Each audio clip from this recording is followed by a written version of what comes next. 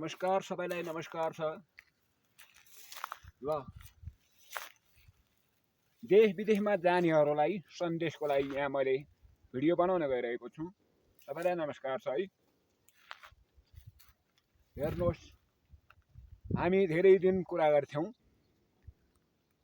रुपियाँ रुख कता होला भनेर भन्थ्यौँ। रुपियाँ रुख त हाम्रा स्याउका बोट पो रहेछन्। एक बोटबाट 10 कार्टुन फल्यो भने एक कार्टुनको 10,000 भयो भने 10 कार्टुनको 10,000। यो के 10,000 को रु होइन, रुपियाँको रु होइन। अब रुपियाँको रुख कसरी फलाउने?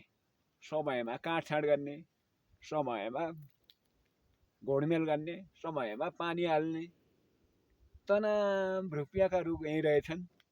कहाँ देशको मुलुक खाडीको कुना कुनामा हिङ लैजाऊ, शिलाजी लैजाऊ भनेर भौतारिने कस्ता अन्धभक्त।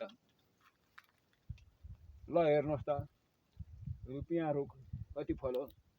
यो पनि रुपियाँ फल्ने रुख बढ्यो। आउनुहोस्, देश विदेशमा गएका सम्पूर्ण दाजुभाइहरू आउनुहोस्। हेलो, आउनुहोस् न आउनुहोस्। कता भौतारिएको ए छोरा? ए रुपियाँ फल्ने रुख त यहाँ पो रहेछ त। आन हेर त अझ यो भिडियो देखाइदिउँ। ल हेर, अब गल्ली गल्ली घुम्नुभन्दा यहाँ आइजा बाबु, यहाँ जुम्ला आइजा। सारा रुपियाँका रुख रहेछन्, रुपियाँ फल्ने रुख रहेछन्। हामी कता रुखिया पो कस्ता अन्धा। तनाम स्याउ, कार्टुन स्याउ फलाउनु रुपियाँका रुख यहीँ रहेछ। होइन बा।